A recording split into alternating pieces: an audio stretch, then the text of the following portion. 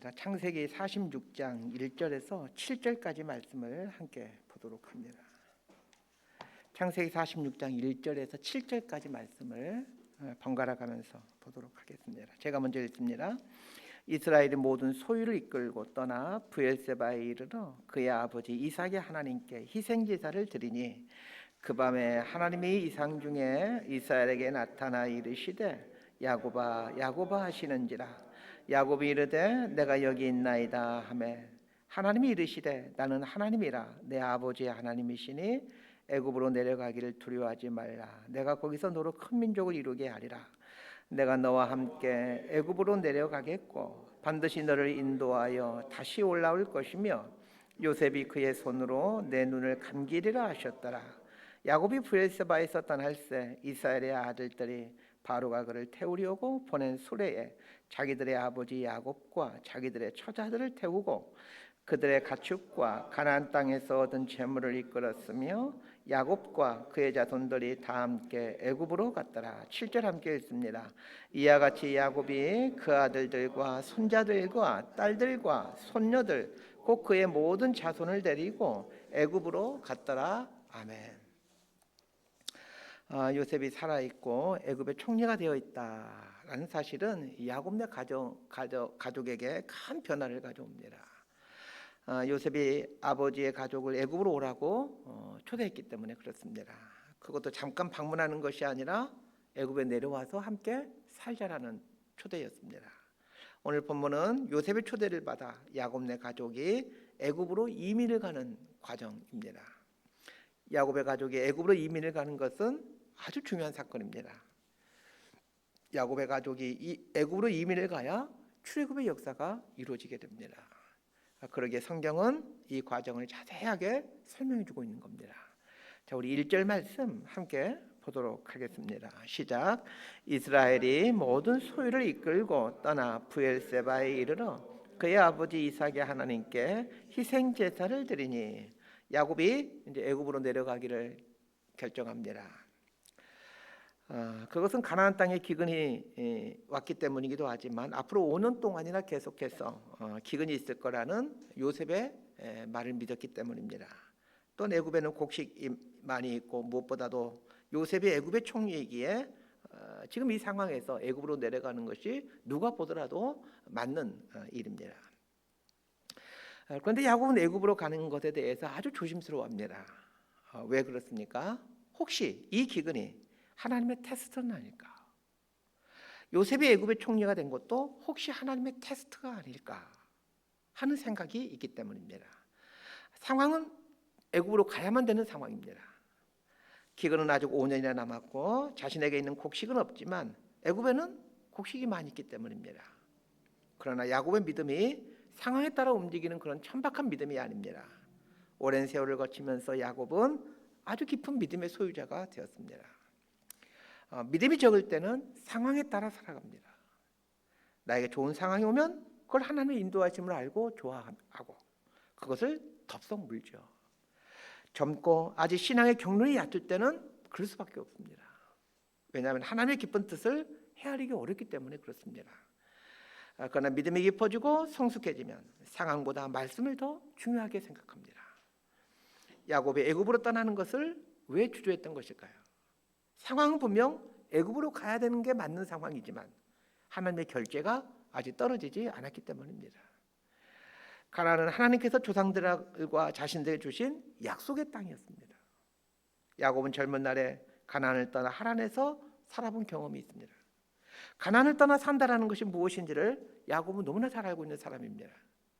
야곱이 하란에 사는 동안 아내를 놓고 자식을 놓고 재산을 많이 얻었지만 계속해서 가나안 땅으로 돌아가야 된다는 생각을 했던 것은 가나안이 하나님께서 약속하신 약속의 땅이었기 때문입니다. 그런데 늙음하게 가나안을 떠나 애굽으로 전 가족이 이민을 가야 된다고 하니 야곱의 발걸음이 떼어지지가 않는 것입니다.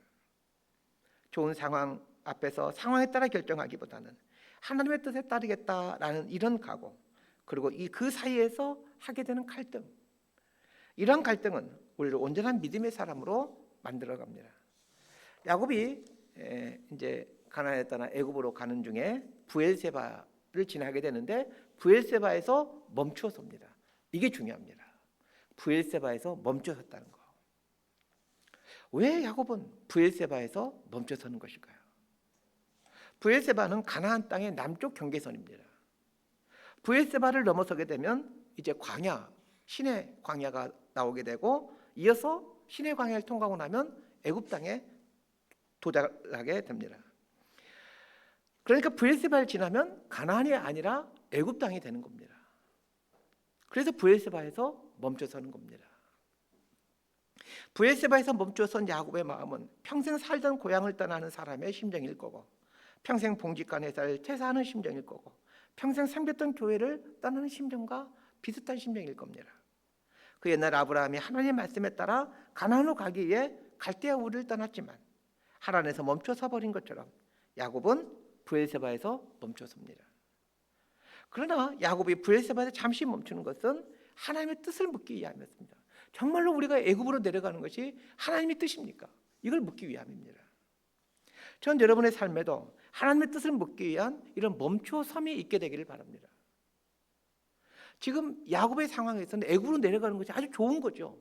애굽은 곡식이 있는 곳이고 자기 아들 요셉이 총리로 있는 곳이기 때문에 내려가는 것이 좋은 일입니다. 그런데 내려가는 것을 잠시 멈춰 세우고 브엘세바에서 또다시 하나님께 뜻을 묻는 것입니다. 특히 좋은 일이 일어날 때, 그 좋은 상황일 때 하나님의 뜻을 묻기 위해 멈춰서야 됩니다. 안 좋은 일이 일어날 때는 그리스도인들은 본능적으로 하나님의 뜻을 묻게 되어 있습니다. 문제는 좋은 일이 일어날 때입니다. 우리가 보기에 좋은 일이 일어날 때. 예를 들면 내가 회사를 다니는데 지금보다 연봉이 훨씬 더 많은 회사로 갑자기 스카우트 얘기가 왔습니다. 뭐 이런 우리 삶의 종종 행운이라 불려지는 그런 일들 앞에서 우리 하나님의 뜻을 묻기 위한 진지한 멈춰섬이 필요합니다. 자, 2절 말씀 함께 읽도록 하겠습니다. 시작. 그 밤에 하나님이 이상 중에 이스라엘에게 나타나 이르시되 야곱아 야곱아 하시는지라. 야곱이 이르되 내가 여기 있나이다 하매 야곱이 브엘세바에서 멈추어서서 하나님께 예배를 드립니다. 애굽으로 내려가는 것이 진짜 하나님의 뜻입니까? 이렇게 물으면서 예배를 드립니다. 그래서 하나님께서 야곱에게 나타나십니다. 야곱의 삶에 아주 오래간만에 하나님께서 나타나십니다. 그동안 오랫동안 야곱의 삶에 하나님이 나타나지 않으셨습니다. 왜 그렇습니까? 요셉을 잃은 슬픔 속에 빠져 살았기 때문입니다. 그러다가 요셉이 살아있다는 소식을 듣고서야 이 야곱의 믿음의 일대 변혁이 일어나게 됩니다. 왜 하나님께서 그 요셉을 데려가셨을까에 대한 그 의문이 오랜 세월 동안 야곱을 괴롭혀 왔었습니다. 20년 이상 야곱은 이 문제 속에서 빠져 헤어나오지 못하고 있었습니다. 그런데 요셉이 살아있을 뿐만 아니라 애굽의 총리가 되었다는 소식을 듣고는 그제서야 하나님의 깊은 경륜을 알게 되는 것입니다.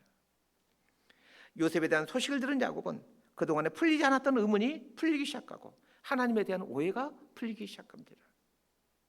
하나님에 대한 오해가 풀리기 시작하면 다시 하나님을 찾게 됩니다. 하나님과 오해가 있거나 하나님께 섭섭함이 있으면 여러분들 풀릴 수 있게 되기를 바랍니다. 신자들 중에는 하나님에 대해서 섭섭함을 갖고 있는 분들이 있습니다. 내가 그렇게 기도했는데 왜 안 들어주셨느냐는 그런 오해들이 있죠.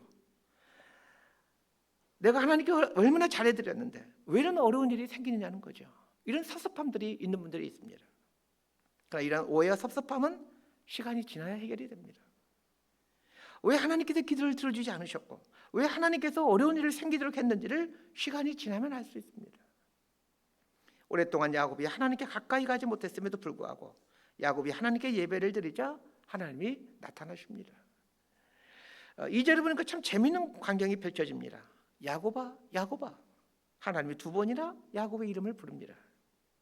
성경에 하나님께서 누군가의 이름을 두 번이나 반복해서 부른 경우가 흔치 않습니다.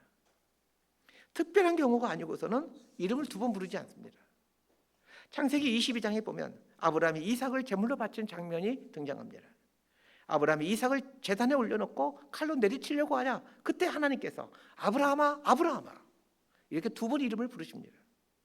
하나님이 정말로 감동하시거나 너무 기쁘실 때 이렇게 두 번 이름을 부르십니다. 오늘 본문에도 하나님께서 야곱의 이름을 2번 부르십니다. 야곱아, 야곱아. 이것은 무슨 뜻이겠습니까? 야곱아, 그동안 힘들었지. 요셉이 죽었다는 소식을 듣고 그동안 많이 힘들었지. 이런 뜻입니다. 야곱과 하나님과의 관계가 깊은 관계로 들어가고 있습니다. 야곱은 이제 예배가 회복되었습니다. 전쟁이 일어나고 경제 위기가 닥쳐서 국가 경제가 파탄되어도 예배가 살아있으면 문제될 것이 없습니다. 야곱아, 야곱아.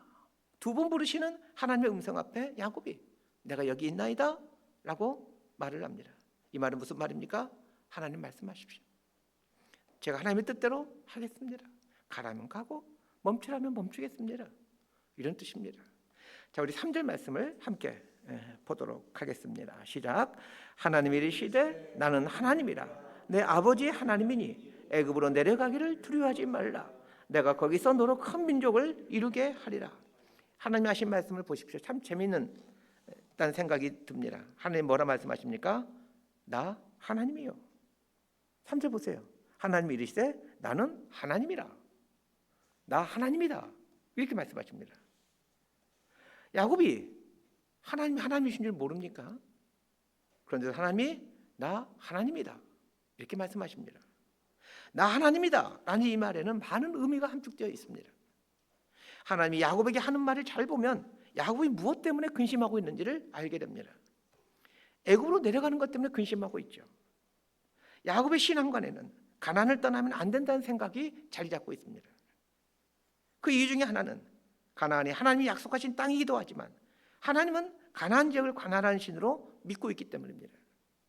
가나안이 하는 다른 지역은 다른 신이 다스리고 있다라는 생각을 갖고 있었습니다. 이거는 야곱만 그런 게 아니라 아브라함도 마찬가지였습니다.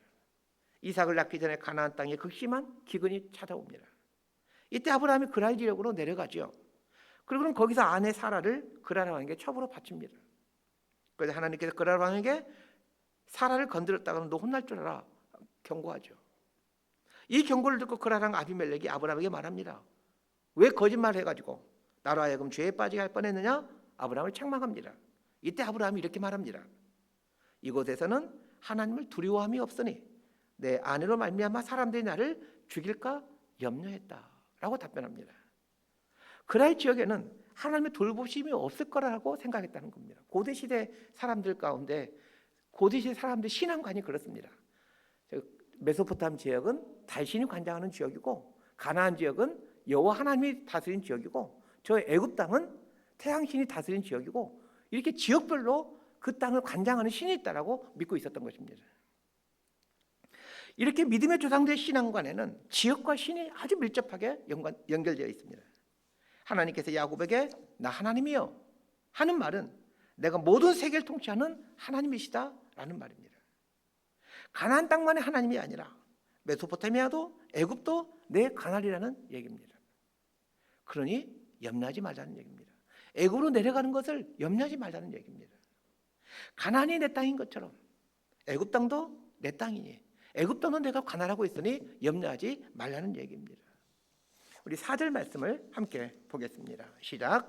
내가 너와 함께 애굽으로 내려가겠고 반드시 너를 인도하여 다시 올라올 것이며 요셉이 그의 손으로 내 눈을 감기리라 하셨더라.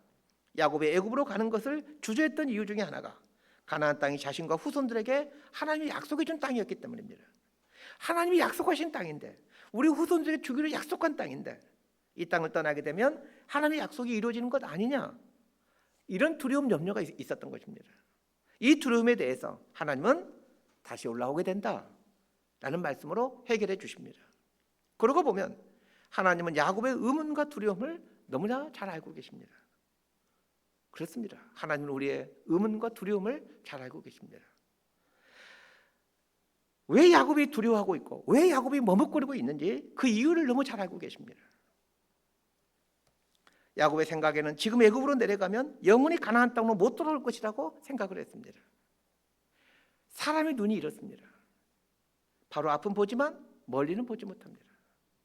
지금 애굽으로 가게 되면 가나안 땅 못 돌아오는데 그 앞까지밖에만 보지 못합니다. 수백 년 후에 전 민족이 출애굽해가지고 온다는 그것까지는 보지 못하죠. 전 가족이 애굽으로 내려가게 되면 다시는 가나안 땅으로 돌아오지 못할 것만 같습니다. 그렇지 않습니다. 하나님의 방법은 우리의 방법과 다릅니다. 종종 이 시대를 보게 되면 정말 하나님의 나라가 오게 될까 의문이 들 때가 있습니다. 갈수록 교회는 타락해가고 우리 그리스도인은 점점 영향력을 잃어가고 있는데 어떻게 하나님의 나라가 이루어져 갈까? 이런 걱정과 염려가 생길 때가 있습니다. 그러나 하나님의 나라는 우리의 방법이 아닌 하나님의 방법으로 이루어질 것입니다. 그래서 이 세상을 보면 힘이 빠지지만 하나님을 생각하면 힘이 생깁니다. 그분의 계획이 있으시겠지. 내가 모르는 그분의 방법이 있으시겠지. 이런 믿음이 생깁니다. 하나님께서 야곱에게 준 또 하나의 말씀은 요셉이 그의 손으로 네 눈을 감기리라 라는 말씀입니다. 이 말은 야곱 너는 애굽에서 죽게 된다는 말입니다. 그런데 하나님께서 반드시 이스라엘 자손을 가나안 땅으로 돌아오게 하겠다라고 약속하십니다. 이것은 무슨 말입니까? 하나님의 나라는 오랜 시간을 거쳐 이루어져 간다는 뜻입니다.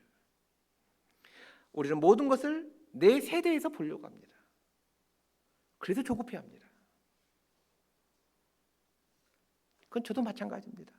제가 목사로 있는 동안에 우리 교회가 정말 좋은 교회로, 정말 반듯한 교회로 서 있는 걸 보고 싶습니다.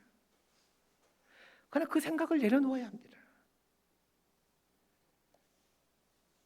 나는 씨를 뿌렸고 아볼로는 물을 주었고 자라나게 하시는 하나님이시라 라는 말씀처럼 내가 할 수 있는 것은 씨를 뿌리는 일이라는 것을 알아야 합니다.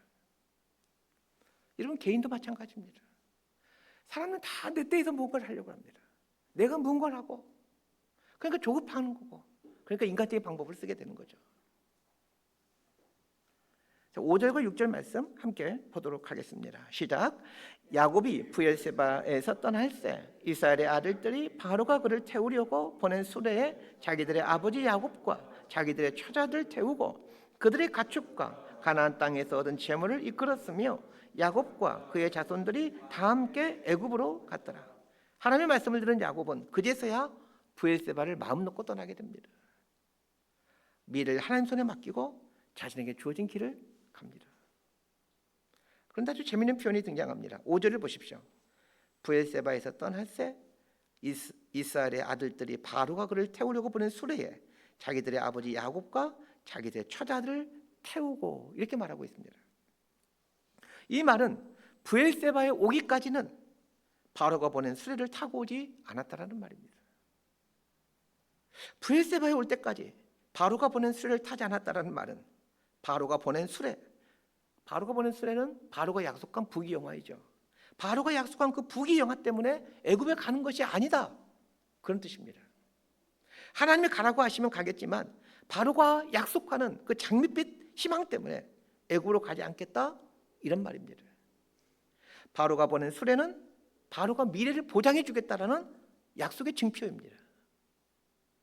브엘세바에서 하나님의 음성을 들은 후 바로가 보낸 수레를 탔다라는 것은 바로의 약속보다 하나님의 약속을 더 신뢰하겠다라는 믿음의 선포인 것입니다. 전 저의 인생 노년이 야곱과 같이 변화되었으면 좋겠습니다. 나이가 먹어갈수록 세상의 약속보다 하나님의 약속을 더 중요시 여기고 세상의 눈보다 하나님의 눈을 더 두려워하며 살았으면 좋겠습니다. 보통의 사람들 같았으면 그 바로가 보낸 그 휘황찬란한 수레를 타고 보란듯이 가나안 땅을 행차했을 것입니다. 그렇게 함으로 내 아들이 애굽의 총리다 라는 것을 자랑했을 것 같습니다. 그러나 애굽의 바로왕이 보낸 그 수레를 타지 않으므로 가나안 사람들에게 웅변하는 겁니다. 나는 바로가 한 약속보다 하나님의 약속이 더 중요하게 여깁니다. 이렇게 말입니다. 오늘날 나에게 있는 바로가 보내준 수레는 무엇입니까? 세상에 자라가고 싶고 의수되고 싶은 그 바로가 보내준 그 수레는 무엇입니까? 혹시 여전히 바로가 보내줄 그 수레를 기다리며 살고 있지는 않습니까? 바로가 보내준 수레에 올라타서 살아가는 것, 그리고 바로가 보내줄 수레를 기다리며 삶을 살아가는 것, 모두가 똑같이 어리석은 삶입니다. 야곱이 바로가 보내준 수레를 마다하고 브엘세바까지 걸어가서 거기서 하나님의 음성을 들은 이후에야 바로의 수레에 올랐다는 것을 기억하십시오. 브엘세바부터는 광야길입니다. 아무도 봐줄 사람이 없는 광야입니다. 사람이 살고 있지 않으니 그 휘황찬란한 바로의 수레를 탄들 어느 누가 부러워하거나 박수치거나 그럴 일 없죠. 바로가 보내어진 수레를 타고 위세를 부려도 봐줄 사람 없는 광야길이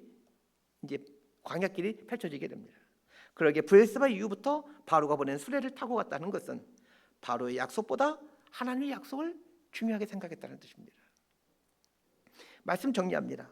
상황보다 더 중요한 것은 하나님의 말씀입니다. 좋은 상황에서는 더 하나님의 뜻을 구하고 더 하나님께 겸손하게 엎드리시길 바랍니다. 혹 하나님의 테스트는 아닐까? 더 고민하고 더 기도하시길 바랍니다. 우리는 멀리 보지 못하고 깊이 보지 못합니다. 그러나 하나님은 깊이 보시고 영혼까지 보십니다. 그러기에 하나님의 말씀을 듣기 위해 무릎을 꿇어야 되는 겁니다. 내 눈을 신뢰하지 말고 하나님의 눈을 신뢰하십시오. 이해되지 않더라도 볼 수 없더라도 하나님의 일하심을 믿고 하나님의 말씀을 붙드십시오. 사람들에게 의지되고 싶은 바로가 보낸 수레에 덥석 올라타지 마십시오. 그리고 바로가 보낸 수레를 기다리며 살지 마십시오. 세상의 찬란한 약속보다 보이지 않지만 하나님의 약속을 붙드십시오. 이렇게 하나님의 약속을 붙들며 믿음의 여행을 하는 그리스도인을 하나님은 기억하시고 이 땅을 살아온 동안 그 인생을 귀하게 사용하십니다. 이렇게 살아가고 쓰임받는 저와 여러분의 삶이 되기를 진심으로 소망하고 축복합니다. 기도하겠습니다. 하나님 아버지, 야곱네 가족 70명이 가나안을 떠나 애굽으로 내려갑니다. 애굽이 세상적인 대안이었고 희망이었기에 애굽으로 갔던 것이 아니라 하나님께서 가라고 하신 곳이기에 그곳으로 가게 된다는 것을 알게 됩니다. 우리의 신앙 여정이 떠나는 여정임을 알게 됩니다. 하나님께서 떠나시라고 하는 것은 하나님께서 보여주실 색다른 것이 있기에 그걸 보여주고 싶어서 떠나라 하는 줄 압니다. 이 믿음 갖고 현실에 안주하려는 이 불신앙과 싸워나가는 저희들이 되게 하여 주옵소서. 예수님 이름으로 기도드리옵나이다. 아멘.